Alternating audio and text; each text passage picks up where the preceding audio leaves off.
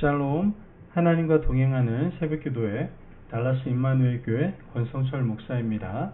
오늘도 하나님과 동행하며 풍성함을 누리시는 저와 여러분이 되시길 주님의 이름으로 축복합니다. 오늘 말씀은 예레미야 10장 1절에서 25절까지의 말씀입니다. 이스라엘 집이여, 여호와께서 너희에게 이르시는 말씀을 들을지어다. 여호와께서 이와 같이 말씀하시되, 여러 나라의 길을 배우지 말라. 이방 사람들은 하늘의 징조를 두려워하거니와 너희는 그것을 두려워하지 말라. 여러 나라의 풍습은 헛된 것이니 삼림에서 벤 나무요 기술공의 두 손이 도끼로 만든 것이라. 그들이 은과 금으로 그것에 꾸미고 못과 장도리로 그것을 든든히 하여 흔들리지 않게 하나니, 그것이 둥근 기둥 같아서 말도 못하며 걸어다니지도 못하므로 사람이 메어야 하느니라. 그것이 그들에게 화를 주거나 복을 주지 못하나니 너희는 두려워하지 말라 하셨느니라. 여호와여, 주와 같은 이 없나이다.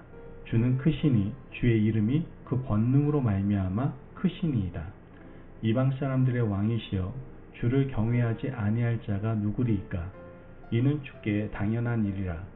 여러 나라와 여러 왕국들의 지혜로운 자들 가운데 주와 같은 이가 없음이니이다. 그들은 다 무지하고 어리석은 것이니 우상의 가르침은 나무뿐이라. 다시스에서 가져온 은박과 우바스에서 가져온 금으로 꾸미되 기술공과 은장색의 손으로 만들었고 청색 자색 옷을 입었나니, 이는 정교한 솜씨로 만든 것이거니와 오직 여호와는 참 하나님이시요 살아계신 하나님이시요 영원한 왕이시라. 그 진노하심에 땅이 진동하며 그 분노하심을 이방이 능히 당하지 못하느니라. 너희는 이같이 그들에게 이르기를, 천지를 짓지 아니한 신들은 땅 위에서 이 하늘 아래에서 망하리라 하라. 여호와께서 그의 권능으로 땅을 지으셨고 그의 지혜로 세계를 세우셨고 그의 명철로 하늘을 펴셨으며, 그가 목소리를 내신즉 하늘에 많은 물이 생기나니, 그는 땅끝에서 구름이 오르게 하시며 비를 위하여 번개치게 하시며 그 곳간에서 바람을 내시거늘. 사람마다 어리석고 무식하도다. 은장이마다 자기의 조각한 신상으로 말미암아 수치를 당하나니, 이는 그가 부어 만든 우상은 거짓 것이요 그 속에 생기가 없음이라. 그것들은 헛것이요 망령되이 만든 것인즉 징벌하실 때에 멸망할 것이나, 야곱의 분깃은 이같이 아니하시니 그는 만물의 조종자요 이스라엘은 그의 기업의 지파라. 그 이름은 만군의 여호와시니라. 에워싸인 가운데 앉은 자여, 내 짐 꾸러미를 이 땅에서 꾸리라.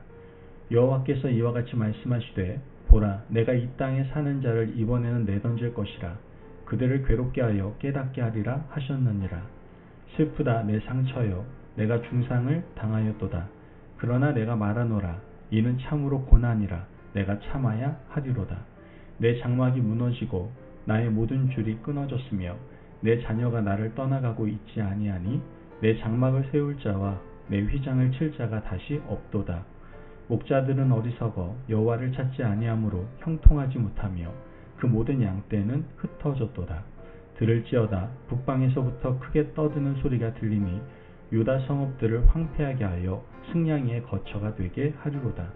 여호와여, 내가 알거니와 사람의 길이 자신에게 있지 아니하니 걸음을 지도함이 걷는 자에게 있지 아니하니이다. 여호와여, 나를 징계하옵시되 너그러이 하시고 진노로 하지 마옵소서. 주께서 내가 없어지게 하실까 두려워하나이다. 주를 알지 못하는 이방 사람들과 주의 이름으로 기도하지 아니하는 족속들에게 주의 분노를 부으소서. 그들은 야곱을 씹어 삼켜 멸하고 그의 거처를 황폐하게 하였나이다 하니라. 아멘. 하나님의 말씀입니다. 인생을 살다 보면 갈림길을 만나게 됩니다. 인생의 고비마다 우리는 선택의 순간을 대하게 되는데, 그 순간마다 어떤 선택이든 하며 살아가게 되죠. 여러 가지 선택을 하며 여기까지 왔고, 지금 우리가 살아가는 모습은 과거 갈림길에서 선택한 결과라고 해도 과언이 아닐 겁니다. 돌아보면 잘한 선택도 있고 후회가 되는 선택도 있을 겁니다. 그런데 유독 후회되는 선택만 반복하는 사람들이 있습니다. 한번 잘못된 선택을 한 사람은 또다시 선택의 갈림길에 서면 잘못된 선택을 할 가능성이 높다라는 것이죠. 왜 그럴까요? 삶의 패턴이 바뀌지 않았기 때문입니다. 자신이 가지고 있는 철학이 바뀌지 않는 한 그 패턴대로 선택할 가능성이 높을 수밖에 없다는 것이죠. 오늘 우리가 읽은 본문에서 유다 백성들이 잘못된 선택을 한 이유를 하나님께서는 말씀해주고 계십니다. 유다 백성들의 잘못된 선택은 역사성을 가지는데 가장 심각한 것이 바로 우상 숭배 문제였습니다. 2절 말씀을 보면 여호와께서 이와 같이 말씀하시되 여러 나라의 길을 배우지 말라. 이방 사람들은 하늘의 징조를 두려워하거니와 너희는 그것을 두려워하지 말라. 하나님께서는 여러 나라의 길을 배우지 말라라고 말씀하셨습니다. 여기서 말하는 여러 나라의 길은 바로 우상 숭배의 길을 말하고 있는 겁니다. 이스라엘 민족이 우상 숭배의 길을 본격적으로 접어든 것은 가나안 땅을 정복한 이후였습니다. 이집트에서 노예 생활을 마치고 40년의 광야 생활을 뒤로한 채 가나안 땅에 들어서게 됩니다. 그런데 이상하게도 그들이 가나안 땅을 정복했음에도 불구하고 정복지에 있는 우상을 받아들였다는 것이죠.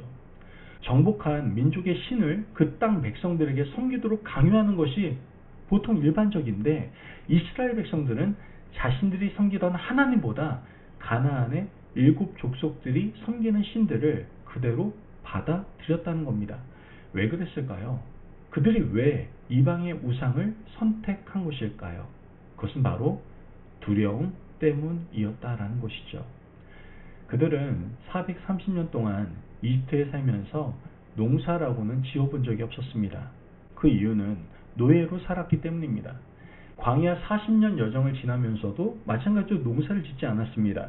출애굽 1세대와 2세대들은 한 번도 씨 뿌려 본 적이 없고 거두어 본 적도 없는 사람들이었던 것이죠. 이제 본격적으로 정착 생활을 하면서 농사 짓고 목축하며 살아야 합니다. 그런데 지금 어떻게 해야 될지 그 길을 몰랐던 겁니다. 그런데 가나안 7 족속이 섬기던 신들은 바로 농경의 신이었습니다. 풍요의 신들이었다는 것이죠. 그 땅 사람들이 이렇게 말을 합니다. 우리가 섬기는 신과 하나님을 함께 섬기면 어떻겠습니까? 바알과 아세라는 우리에게 풍요를 가져다주는 신입니다. 이스라엘 민족들은 먹고 살기 위해서 우상을 섬기기 시작했던 겁니다. 그렇게 우상을 숭배하며 살아왔습니다. 그러던 중 획기적으로 우상이 늘어나게 된 계기가 있었는데 그 계기가 솔로몬의 정략 결혼 때문이었다는 것이죠. 솔로몬은 다윗과 다른 사람이었습니다. 전쟁을 굉장히 두려워했죠. 그 때문에 이방 나라의 공주들을 아내로 맞이하기 시작합니다. 이집트 바로 왕의 공주, 드로아 시돈의 공주, 암몬과 모압의 공주를 정략 결혼으로 맞아들이게 됩니다. 그 여인들이 몸만 시집온 것이 아니었어요. 우상과 함께 왔고 우상을 섬기는 제사장들까지도 데리고 왔습니다. 이방의 제사장들이 이스라엘 곳곳에 산당을 짓고 이스라엘 종교를 혼합 종교로 만들어 버렸던 겁니다. 솔로몬 이후부터는 수많은 우상들이 온 나라에 차고도 넘치게 되었던 것이죠. 가나안을 정복한 이스라엘 백성들과 솔로몬의 공통점이 있습니다. 그것은 바로 두려움이었다는 것이죠. 두려움 때문에 하나님을 버렸고 두려움 때문에 하나님이 아닌 다른 우상을 선택했던 겁니다. 2절 말씀을 다시 보면 여호와께서 이와 같이 말씀하시되 여러 나라의 길을 배우지 말라. 이방 사람들은 하늘의 징조를 두려워하거니와 너희는 그것을 두려워하지 말라. 우상을 선택한 그들의 마음 중심에는 두려움이 있었다는 뜻입니다. 5절도 역시 두려움을 말합니다. 5절을 보면 그것이 둥근 기둥 같아서 말도 못하며 걸어 다니지도 못하므로 사람이 메어야 하느니라. 그것이 그들에게 화를 주거나 복을 주지 못하나니 너희는 두려워하지 말라 하셨느니라. 하나님께서는 우상을 섬기는 이스라엘 백성들의 마음속 깊이 있는 두려움을 알고 계셨습니다. 두려워하지 말라. 왜 두려워하느냐? 왜 자연 만물을 두려워하고 우상을 두려워하느냐? 먹고 살지 못할까봐 왜 두려워하느냐? 내가 너희를 이집트에서 건져낸 하나님이 아니냐? 내가 너희를 건져내었는데 왜 이 땅에서 농사 지을 것을 걱정하느냐? 너희 아버지 다윗 시대에 이방 민족들과 싸워서 승리를 준 하나님이 아니냐? 그런데 왜 두려워하느냐? 하나님께서는 두려움을 경계하라고 말씀하셨습니다. 두려움의 근원은 믿음의 조상 아브라함에게까지 올라갑니다. 아브라함이 하나님이 주신 약속의 땅을 떠나 이집트로 내려갈 때에 두려움이 있었습니다. 이집트 사람들에게 아내를 빼앗길까 두려워하지 않았습니까? 그 때문에 아내를 뭐라고 속입니까? 누이라고 속였습니다. 여러분, 두려움은요, 하나님께서 주시는 감정이 아닙니다. 두려움은 사탄이 우리에게 잘못된 선택을 하도록 주는 감정이다라는 것이죠. 두려움을 이겨야 우리는 좋은 선택, 옳은 선택, 하나님을 붙드는 선택을 할 수 있는 겁니다. 여러분, 우리는 처음부터 두려움에서 자유로울 수는 없습니다. 예수님께서도 십자가를 앞두고 두려워하셨습니다. 두려움을 이기는 길은 기도밖에 없습니다. 그래서 예수님께서 십자가를 앞에 두고 겟세마네 동산에서 기도하신 거 아닙니까? 땀방울이 핏방울이 되도록 기도하셨고 하나님 앞에 이 모든 시험을 이기게 해달라고 엎드려 간구하셨습니다. 그리고 결국 예수님께서는 이겨내셨습니다. 우리가 두려움에 사로잡히면 시야가 좁아집니다. 그 사이를 사탄이 파고들게 되는 것이죠. 그 순간 나도 모르게 우상을 숭배하는 잘못된 선택을 하게 되는 겁니다. 오늘 우리가 하루를 시작하면서 기도함으로 영적 시야를 넓게 하시기를 바랍니다. 두려움 가운데 하루를 시작하는 분이 있다면 제발 하나님 앞에 엎드리시기를 바랍니다. 그러면 하나님께서 마음의 평안을 허락해 주시고 승리할 수 있는 길을 열어 주실 줄로 믿습니다. 12절 말씀 보면 여호와께서 그의 권능으로 땅을 지으셨고 그의 지혜로 세계를 세우셨고 그의 명철로 하늘을 펴셨으며 세상을 창조하시고 지혜로 지금까지 다스리고 계신 하나님께서 우리의 두려움을 사라지게 하실 겁니다. 승리하게 하실 겁니다. 이겨내게 하실 겁니다. 아멘. 그러므로 부디 오늘 하루도 기도로 시작해서 승리하시는 저와 여러분이 되시길 주님의 이름으로 축복합니다. 아멘. 기도하겠습니다.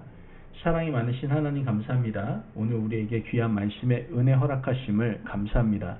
하나님, 사탄이 주는 두려움을 기도로 이겨나가는 저희들 될 수 있도록 도와주옵소서. 두려움 가운데 시야가 좁아지지 않도록 우리를 붙들어 주시고 기도함으로 영적 시야를 넓힐 수 있는 저희들 될 수 있도록 축복하여 주옵소서. 감사하며 예수님의 이름으로 기도합니다. 아멘. 오늘도 하나님과 동행하며 풍성함을 누리시는 저와 여러분이 되시길 주님의 이름으로 축복합니다. 여러분, 두려움에 사로잡혀서 어리석은 선택을 하지 마시고 기도함으로 하나님께서 인도하시는 선한 길, 승리의 길을 걸어가시는 오늘 하루 되시기를 바랍니다. 말씀 안에서 승리하십시오.